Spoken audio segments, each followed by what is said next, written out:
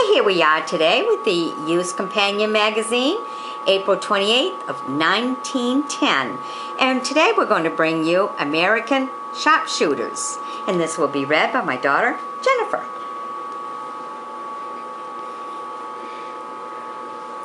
There is a story dating from Revolutionary days that three members of a company of colonial riflemen once fired simultaneously at a buzzard flying overhead. The bird fell, and each man declared that he had killed it. Examination proved that all three bullets had hit their mark. There is a small chance that the story is true. Nevertheless, there are many instances of excellent shooting by the pioneer sharpshooters. Mr. C.W. Sawyer, in his book Firearms and American History, tells how the British were impressed with this remarkable shooting and the result which came from it. Shortly after Washington took command of the army, he arranged a spectacular review of his riflemen, so that the 15 or 16,000 New Hampshire, Massachusetts, Rhode Island, and Connecticut militia who had assembled to shut the British up in Boston might see the novelty of accurate shooting at what to them was the extraordinary distance and be encouraged and stimulated thereby. It is probable that to the New Englanders, with the possible exception of some of the Green Mountain Boys and a very few veterans of the French wars who had served with mid-colonials, the rifle was then unknown. In the presence of the army, drawn up in parallel lines, each side of the range, and an immense crowd of spectators, in which a number of British spies were welcome visitors, a pole 7 inches in diameter was set up, and a marksman stepped off 250 paces. At the place where he stopped, a company of riflemen were lined up to show what they could do. The mark was about equal to that a man would present standing sideways, in the range about 200 yards. No New England farmer would waste powder and ball firing at such a mark and distance with his musket or fowling piece. Only luck could account for a hit.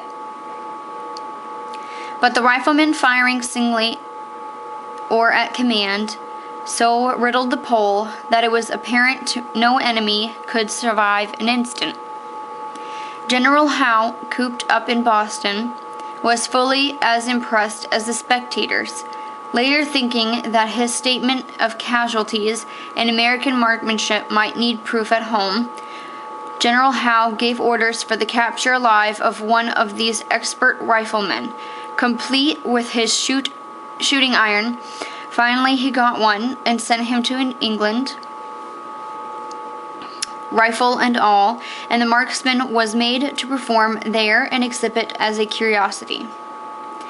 This bit of stage play had an effect upon the British public that perhaps Howe did not anticipate, that of frightening the British public to such an extent that enlistments in the army, difficult to get before, absolutely stopped for a period, and the only new recruits were those forced into service by the German princes of whom King George III hired them.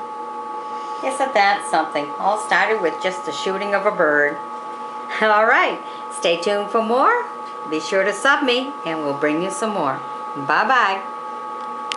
Okay, this is a cute little story. When I see anything that says Mom, Pa, I think of Mom, Pa Kettle. You know, that movie that was unreal with all the kids and trying to have control, and Mom was always telling Pa, do this, do that. So we're going to read this one only because of the title and stuff. We have no idea what it says, but we'll soon find out. So join us in the reading of this. This is from the Youth Companion magazine, April 28th of 1910. Here we go, Mom, Pa. In judging poetry, much depends on the context and the manner in which the verse is read.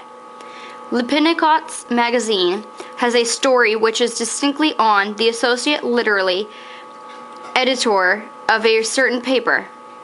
The associate came into his chief's sanctum, asking, What should you say if a man sent you a verse like this? Help us to save free conscience from the paw of hiring wolves whose gospel is their maw. Their literary editor, who was a young editor, burst into roars of laughter. What do you think of it? The other persisted, grinning. Look at that rhyme, paw and ma. The question in parental origin seems to be rather involved. I'm glad I don't write such stuff.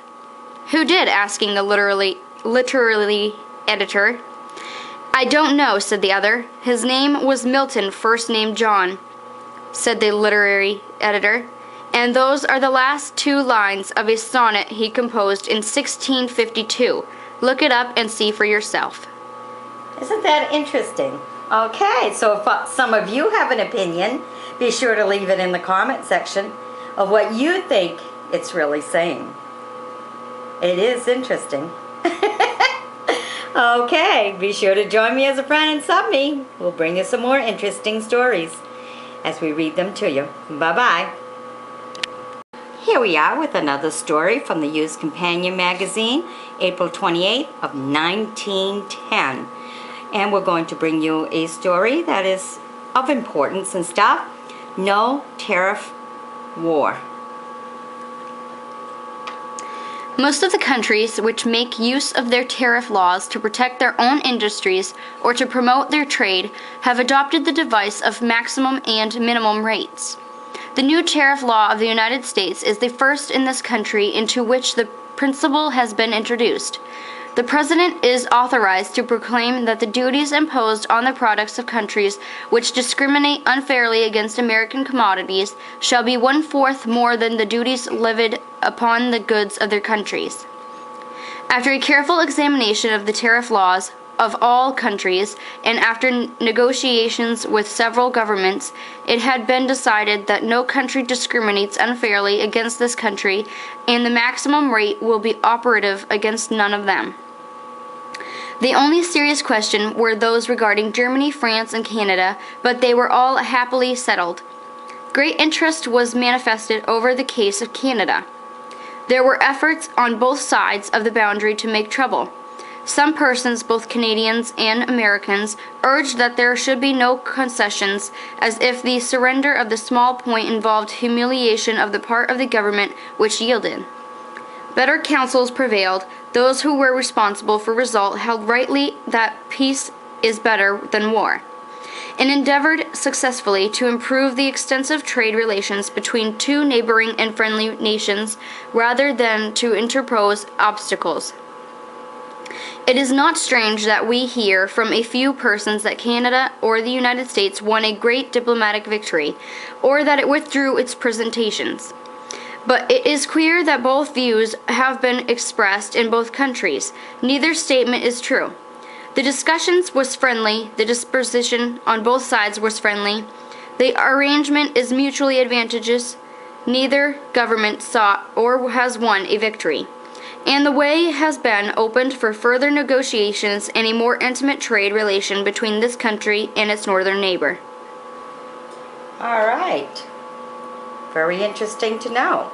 Be sure to sub me, join me as a friend, and we'll bring you some more readings from the Youth Companion magazine of over 100 years ago. Bye-bye now. Okay, we're doing some readings from the Youth Companion magazine, the old magazine from way back when, and this is April 28th of 1910. And the story we're going to read to you today is Cradles and the Classics. And it'll be read to you by my daughter, Jennifer.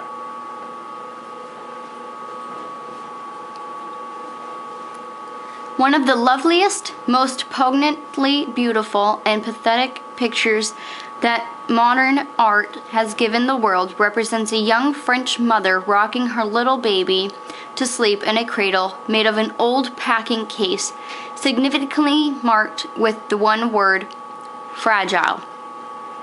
It is easy to fancy her humming some old French song, Melberg, perhaps, as she gently sways the cradle with one foot, her hand busy, her heart happy, and her baby at rest. But nowadays, cradles, if they are to be found at all, lie dust covered in some topmost attic. Rocking is unhygienic, and hence cradles are relegantly to the lumber room.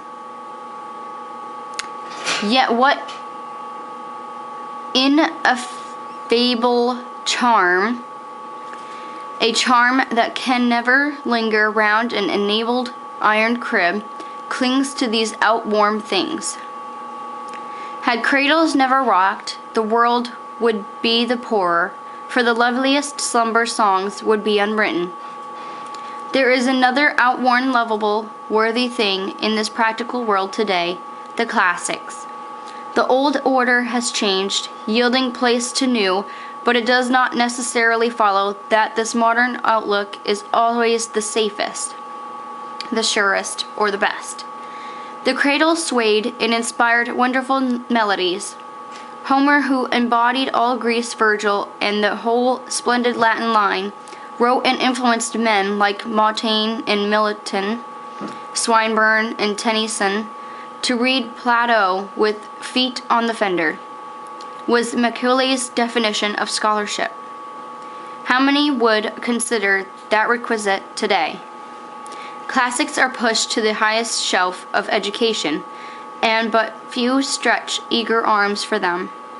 Cradles are no longer necessary for soothing a child to sleep, nor the study of the ancients that a man may earn his daily bread. But is there not something else worthwhile? Did not Emerson call beauty its own excuse for being? And it's not idealism that essentially living of unlovely practically? All right, if you check my Penetrus boards and everything, you can still see some of those old cradles and everything that I've taken pictures of and stuff that are in museums and everything. So the cradles are, and this is a story over 100 years ago where you didn't see so much cradles, but they were mostly all homemade. Someone, either the father or a friend, would make it as a gift and everything. But they're very, very unique to see and very nice to see. So check my Penetrus boards and everything to take a look at some of these very old. They are very fragile and everything, but they're nice to see. All right, so stay tuned. Join me as a friend, sub me, and we'll bring you some more stories of over 100 years ago. All right now, bye-bye. Okay, here we are with the Youth Companion magazine. April 28, 1910.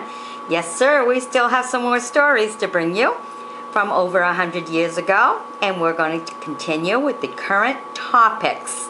This is current topics of 1910. This is the stuff they wrote about way back then. So here we go, read to you by Jennifer.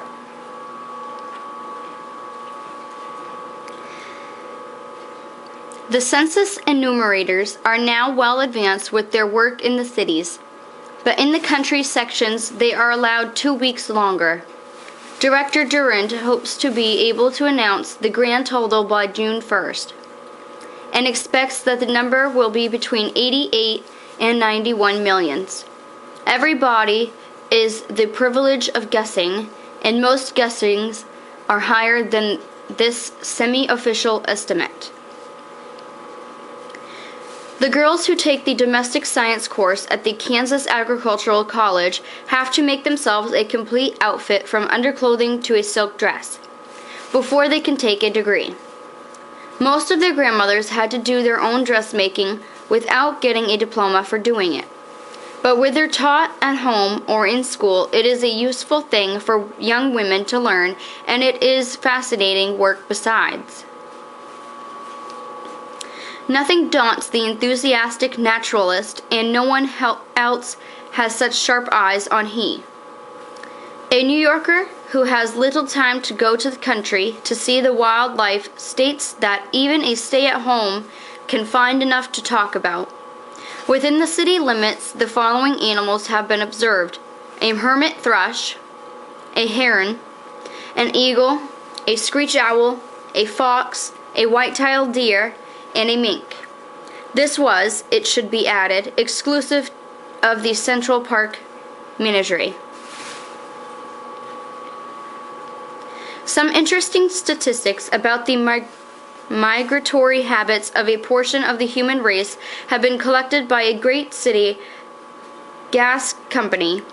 It was found, for example, that in the course of 32 months, 132 families moved into and out of one tenement building. During the same period of a single apartment sheltered 25 different families. Surely the philosophy of Poor Richard must be at fault, for in these cases 3 removes could not have been as bad as a fire. Pocahontas is the latest candidate for admission to the Hall of Fame connected with the University of New York. A petition signed by several Indians has been presented to the electors and decided the matter, requesting that for the sake of the proper understanding of natural American Indians, this honor be done to the Indian woman.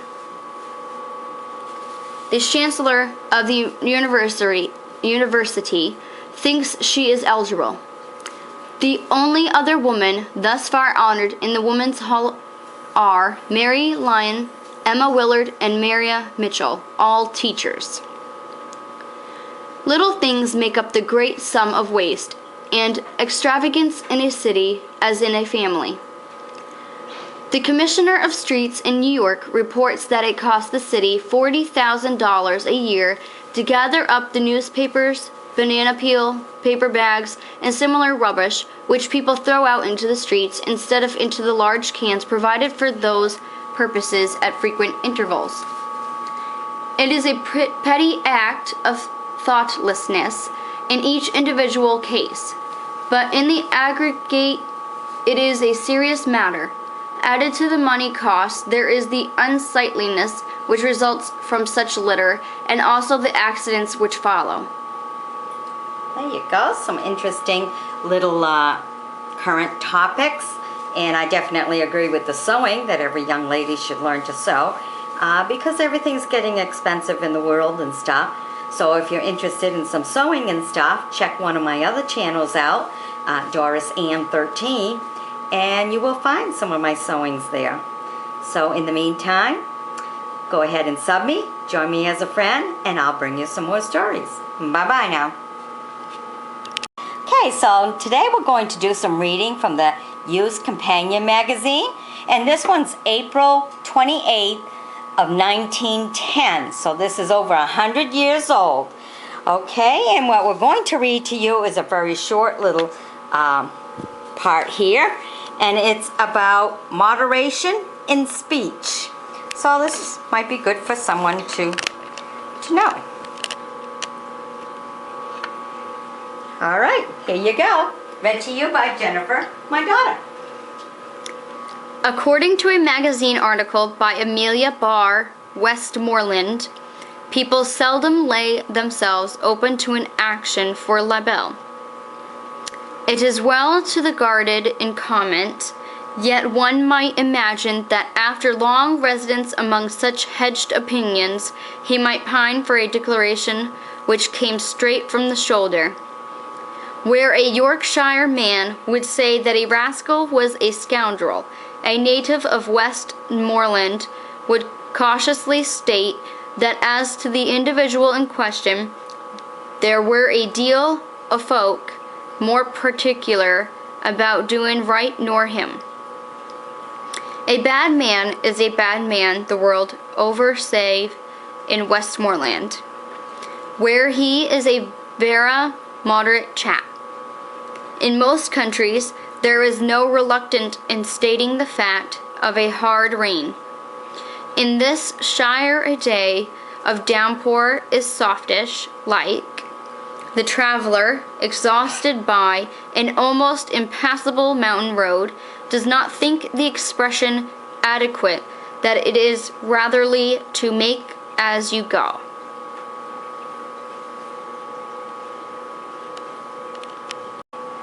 All right, here we are with the Used Companion magazine of April 28th of 1910. And we got a cute little story here to read for you. It's a heavy stepper. All right.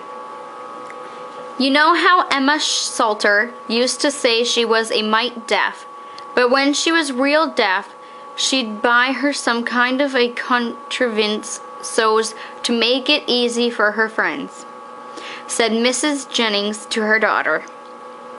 And the young woman nodded, forbearing to remind her mother that the span of her recollections was not precisely in duplicate of the old lady's. "She's never bought one, and she's never will," said Mrs. Jennings, who had an exhausted air. "I hollered at her all the way out to the light and all the way back. And while we were visiting Miss Gorham, the sunset gun sounded and made a great noise. I thought sure she'd hear that, but I didn't suspicion how she'd hear it till Bert Gorham come into the room a second after. 'You've grown considerably, heavier'n you were,' Bert Emma said to him. 'I heard you coming up the stairs plain as day.'" Wow, okay. It's a story. And this was, over 100 years ago, and they published little stories like that all the time. So it was kind of neat. All right, bye-bye now. Here we are with the Used Companion magazine, April 28th of 1910. Makes it over 100 years ago.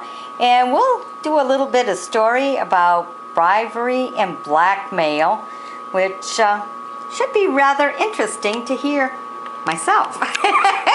So my daughter's going to read this to us. All right, I hope you enjoy it as much as I do. Be sure to sub me because we have a lot of more stories to give you. All right, Jennifer, go ahead. Representative government, democracy, the social order itself stand in no greater danger than that threatened by the bribe giver and the bribe taker. So long as public men are honest, their occasional mistakes may be cheerfully forgiven. Businessmen who concern themselves with legislation fairly and frankly perform an actual public service, of which they may be proud.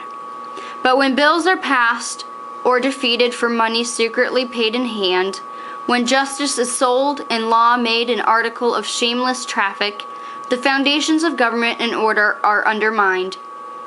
More, not less, respective for law is what Americans need. Less, not more, is what they will have if the dishonest legislator and the bribing man of business have their way.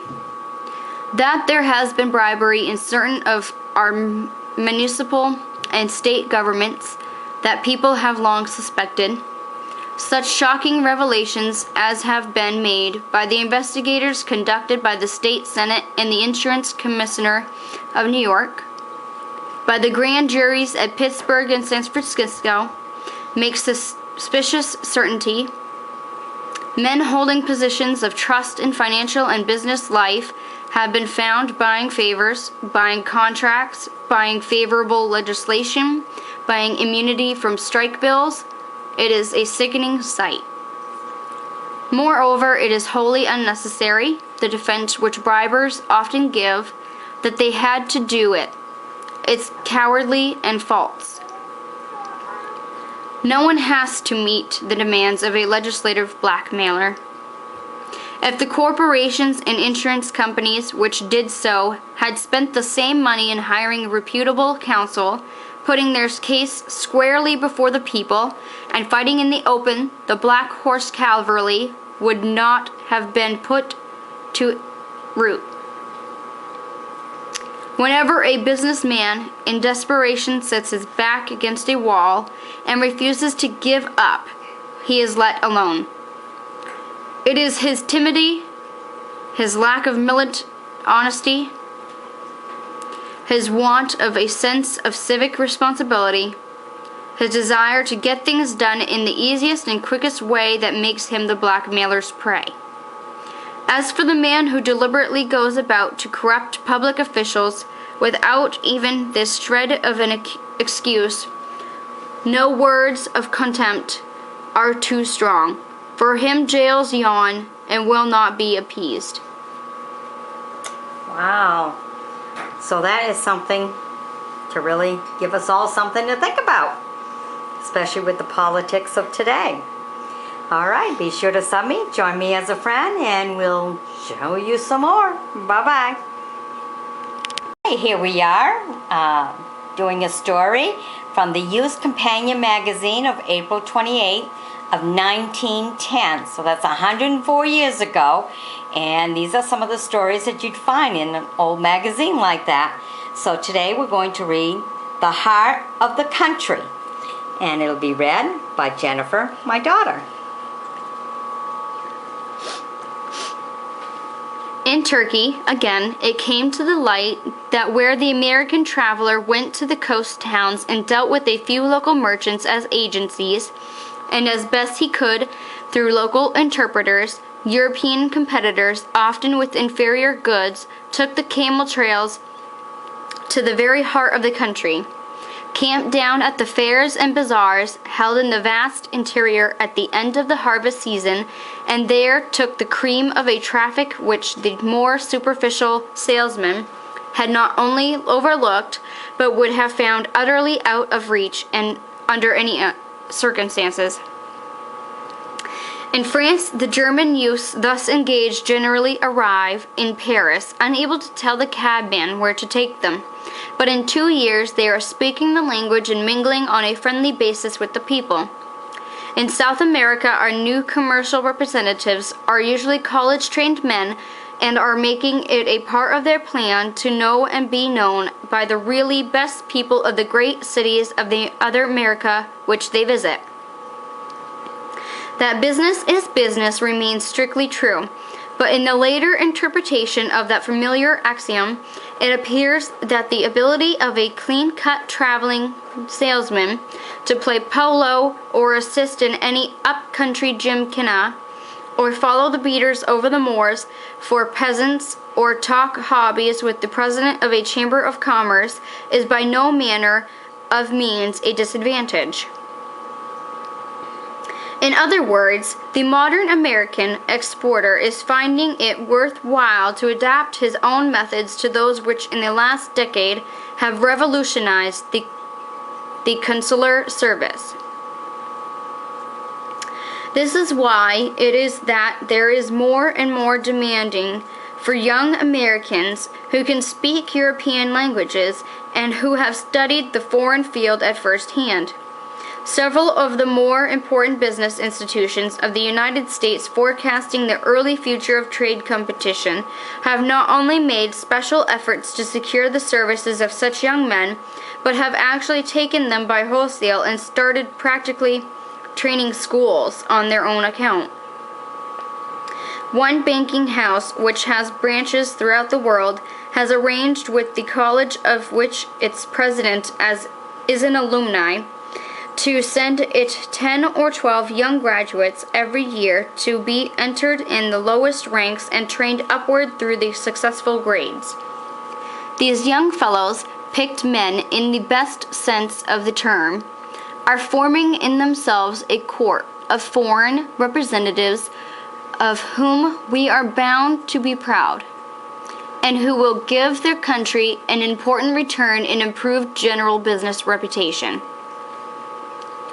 They are, of course, made to begin on that lowest rung of the long ladder where every wise boy must wish to commence his active career. After a little preliminary training in the drudgery of the Home Office, they are distributed throughout the world as attaches of the branch banks. Some of them drop out, others are invited out by superior opportunities offered to the trained young men in increasing frequency as he rises above the general level and advances toward a reputation for good work. The rest are promoted for good work, their merits through the grades until they become assistant managers and finally are placed in charge of offices of their own. There you go. Now go ahead and join me as a friend. Be sure to sub me, and we'll bring you some more interesting stories from over 100 years ago from the Youth Companion magazine. Bye-bye now.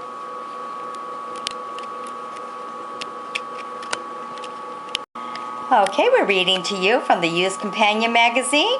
This is April 28th of 1910. And this is just a cute little story. It says like a scene in a play. So we're going to read this short little story to you. All right, go ahead, Jennifer. Zelaya, the extraordinary man who for 16 years retained the presidency of Nicaragua, only to lose it because he went too far in offending the government of the United States, has all the temperament of the Latin race. Brave and ambitious, he was never satisfied unless he performed his coup d'etat in the most dramatic, fashionable way. The story of New York Sun tells of him. His spies once brought him information that a revolution was being planned by several of his army officers. They were to meet on a certain evening at the house of one of the conspirators to arrange the final details. While they were eagerly discussing the best way to seize the president, the door opened and in walked Zelia himself. "Good evening, gentlemen," he said pleasantly. "I heard you had a party here this evening, and I have dropped in to share the fun. Quiet and distinguished gathering. You are discussing military matters, no doubt?" He went on chatting affably for an hour and a half, while his enemies were torn with fear and suspense. Did he know of the plot? Most of them thought he did, and wondered whether they had better not put a bullet in him at once. But he was so cordial, so thoroughly at ease, that they had hesitated. Presently he rose, poured out some wine, and raised his glass. "A toast, gentlemen," he said. "Here's long life to the President of Nicaragua, and confusion to all traitors." As he spoke, he hurled the glass against the window, where it smashed in pieces with a crash.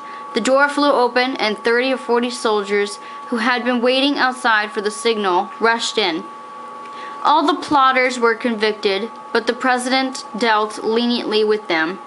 Some were imprisoned and some exiled, but none were shot. Wow. Okay, what a story that was. Wow. Okay, be sure to sub me, join me as a friend, and we'll bring you some more stories. Bye-bye now. Okay, here we are with the Youth Companion magazine, April 28th of 1910, over 100 years ago. And we'll read to you a cute little story that says, A Welcome. All about a welcome. Read to you by Jennifer. All travelers know that the Portuguese are a courteous people. No better example of a delicate and generous hospitality could be given the experience of John Labuche, told in his travels in Portugal. The author was taking a horseback trip in the country, and riding toward Vienna, the nightfall overtook him at quite a distance from the city. I entered into a friendly conversation with a farmer who was riding my way, and asked him if he could tell me where I could get shelter for the night. He good-humoredly laughed at the idea of putting up any place short of Vienna. I told him that I was not very particular, and that my guide's horse was too tired for farther traveling. He looked hard at me and then said, "There is a house about 1 mile from here. You will get poor fare and poor shelter, but there is none better, I think, this side of Vienna. I will show you the way." So we trotted on, and soon turning aside from the main road, he guided us along a vile ox-cart path, the worst of all roads to ride on in a bad light. We went about a mile up the valley. Presently the narrow way opened out into a square enclosure, and bordered with vines running over rafters of wood. Supported by the walls and stone pillars, it was like a huge room, the ceiling of which was vines. It was the courtyard of a good-sized farmhouse. The farmer stopped. "Why?" said I.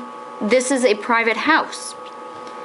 "It is the house of your excellency," replied the farmer, standing uncovered with the true courteous hospitality of an old-fashioned Portuguese. It was in truth this man's house, and he and his wife, children, and dogs stood to welcome us. "Sia, sia," called out the farmer, cheerily, which being interpreted is supper. "Here is one who has not eaten since he was in Spain." All right. Here we are with the Youth Companion magazine, and this is April 28th of 1910. So it's 104 years old. So it's interesting to see the stories that they wrote way back then. So we're going to continue to read more stories to you. This one is called Another Pair of Sleeves. George Henty, beloved of boys as the author of many stirring stories, is described in 60 Years in the Wilderness by Henry W. Lucy as the warm-hearted, shortest-tempered man in the world.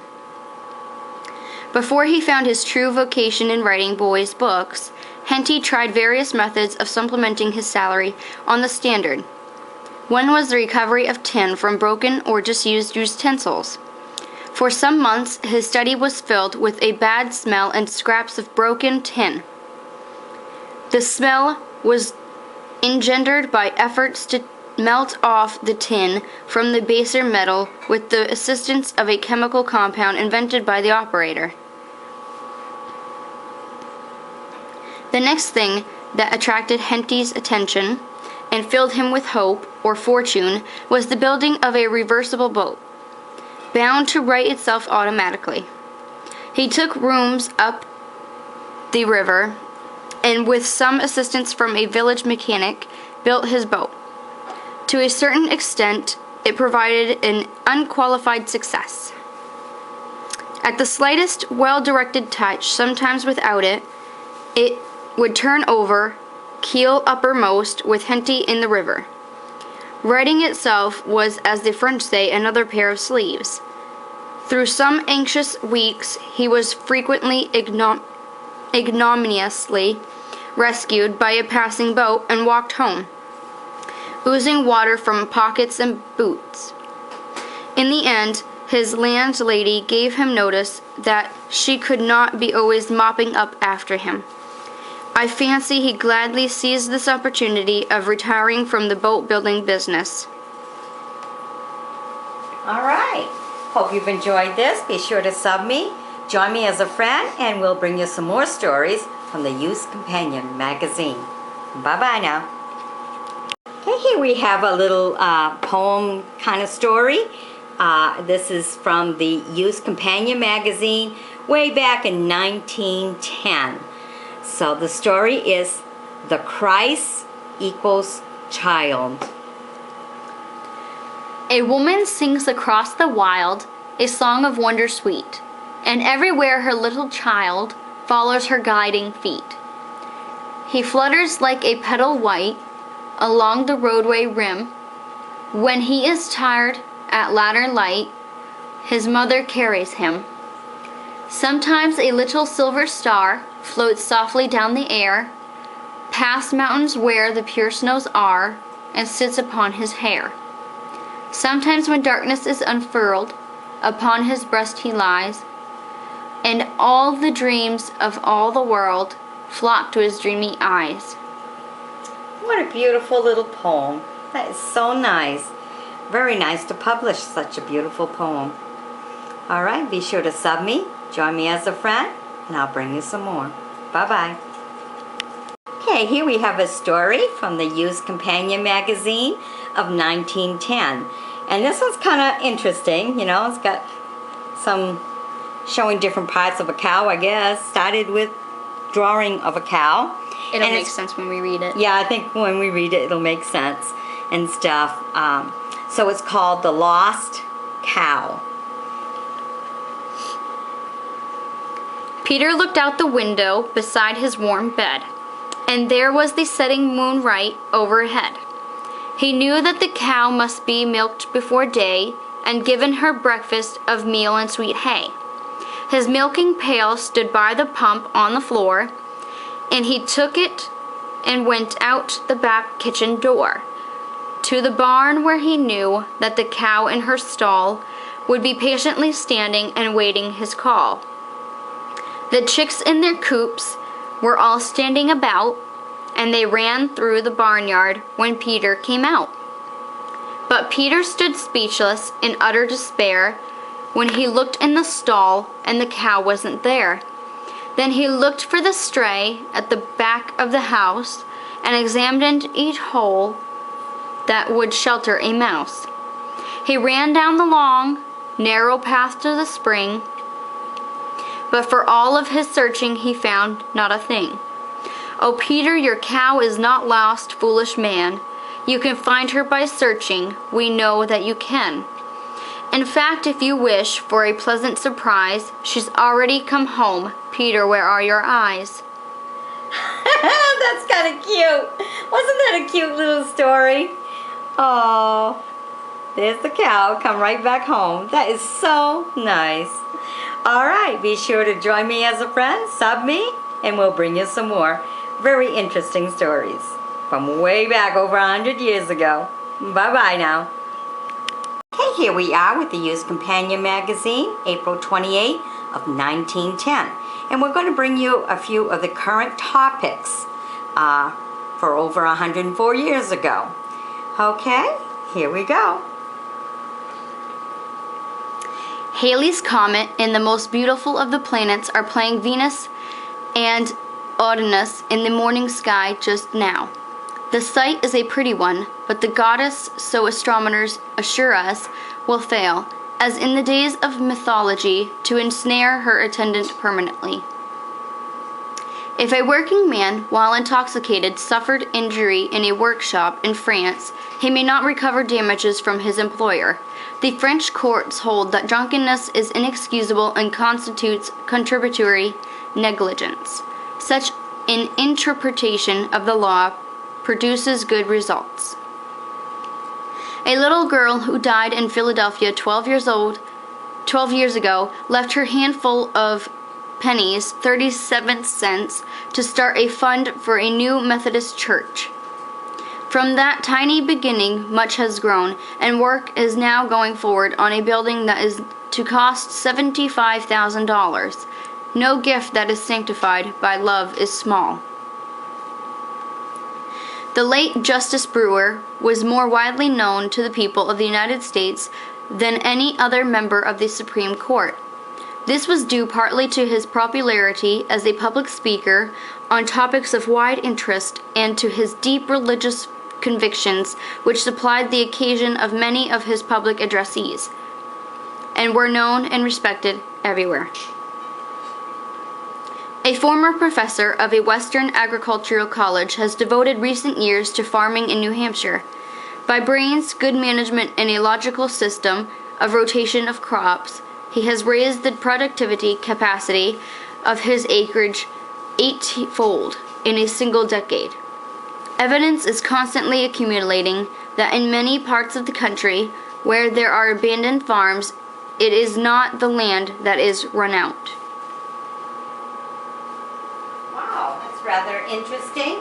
And goes to show that today with workman's comp and everything, just think how many people would have preferred to live way back then. You wouldn't have had that. All right, be sure to join me as a friend, sub me, and we'll bring you some more current events. Okay, here we are doing some readings from the Used Companion magazine of April 28th of 1910. We're bringing you some of the stories as they were written over 100 years ago. And this one here is how best to prepare. Read by Jennifer. There you go, my dear. I wish I wrote this. No, you'd be really old if you did. That's true. In this, as in everything else in the world, all depends on the youth himself. The best equipment, if we could take a boy from the high school and deliberately prepare him for usefulness in this way, would probably be 2 years in a mixed-fitting school from 2 to 4 years in a technical college, and then a year or two of practical experience in the factory itself. A genuinely ambitious boy could considerably reduce the time of his factory apprenticeship by giving his vacation periods to that part of his training, instead of reserving it to the last. Often, however, the keenest young men in our foreign trade have been those who did not so deliberately prepare for that sort of work.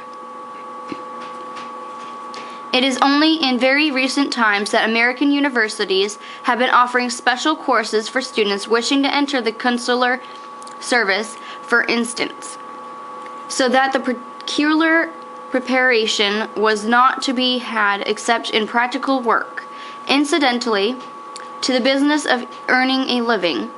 Under these circumstances, a good many of our best men got into foreign trade by accident, or through some particular bit of knowledge, perhaps of law or continental language, which brought them into notice at a critical moment in history of some great firm. A New York salesman, although possessed of an experience so extended as to take him out of the younger class of American travelers and representatives abroad, is perhaps one of the most brilliant examples of what can be done by the direct action of a personal salesman experienced in the methods of the territory. It has been his fortune to win such a conspicuous success in some quarters that there arose the fiercest enmity of his foreign competitors. I knew of one city where, on his first visit, made coincidentally with that of the salesman for a European rival, he sold in a single order 100 plows against 2 sold by the other man.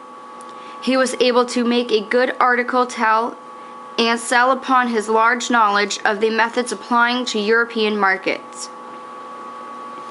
Another salesman, one of the highest examples of the American representatives whom I happen to know, a few years ago entered a certain European country for the first time and discovered a situation which, on being reported to the firm in America, led it to order him away into a more promising field.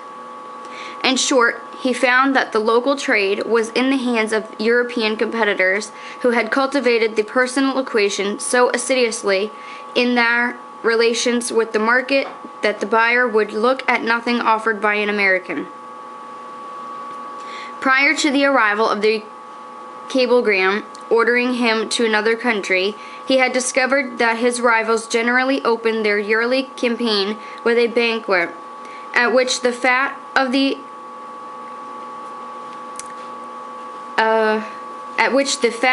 that and several other lands was placed before the assembled customers.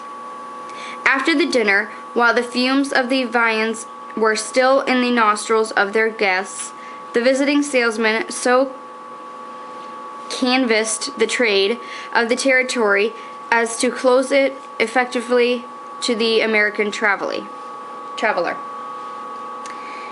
In spite of the fact that he did it at his own risk, the Americans decided to give a dinner of his own. It is a very simple matter, as a rule, to get people to dine with you in Europe, and by making a few rapid visits on one forenoon, the salesman soon had a good list of acceptances for that very evening. Nearly every member of the trade was there.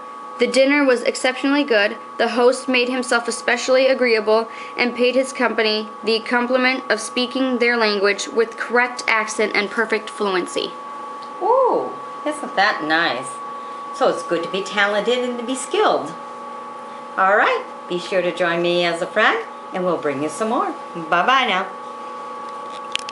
Okay, here we are in the Youth Companion magazine, April 28th of 1910. And we're reading you stories that are in the magazine and everything to let you know how people used to write stories and how they used to think over 100 years ago. So we're going to read just a few of the stories in the New England and Other Matters section of the magazine. So here we go. It'll be read by Jennifer, my daughter. Less than 1/4 of the available water power of the main rivers is thus far utilized, according to figures carefully prepared by the Commissioner of Industrial and Labor Statistics in that state. He finds that there are now in use in Maine almost exactly 3,000 water wheels developing 343,000 horsepower. Although Maine has developed more water power than any other state in the Union except New York and California, it has still over 1 million horsepower waiting to be harnessed to the wheels of industry. The next generation is certain to see many great manufacturing plants built on the shores of Penobscot, Kennebec, Androscoggin, St. Croix, St. John, Saco, and the numerous smaller rivers which drain the great interior of the Pine Tree State.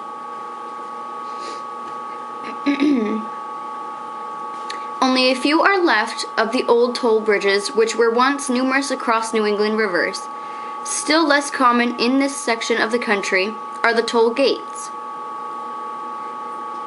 The only toll gate in Vermont is at the foot of Bromley Mountain on the road from Manchester to Peru and Bondville.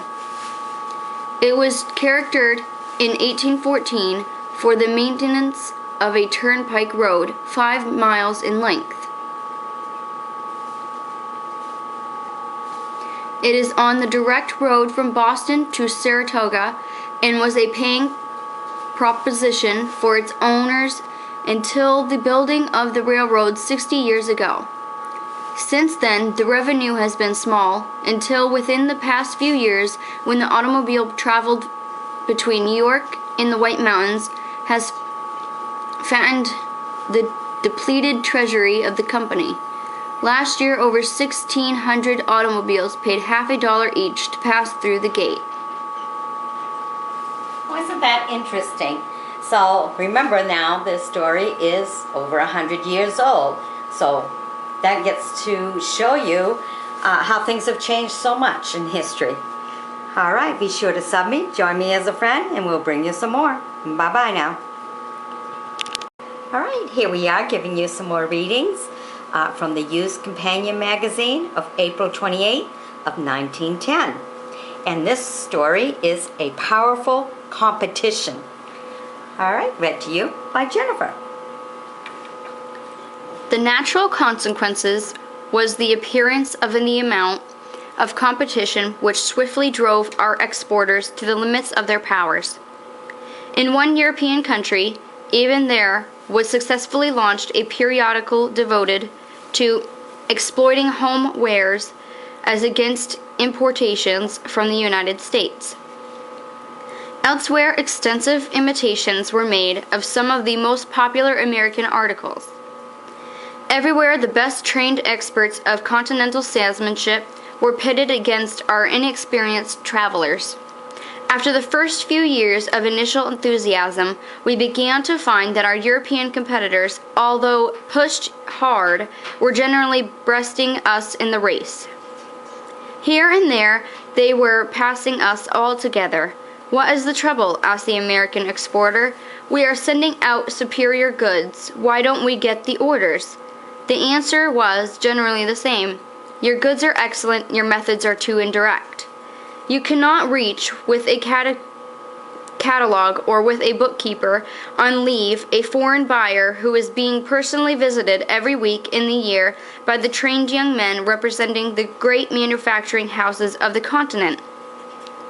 The door had opened for the trained American young man. The larger and more experienced American firms put him into the field as rapidly as he could be found and equipped. Others followed as their powers made it possible.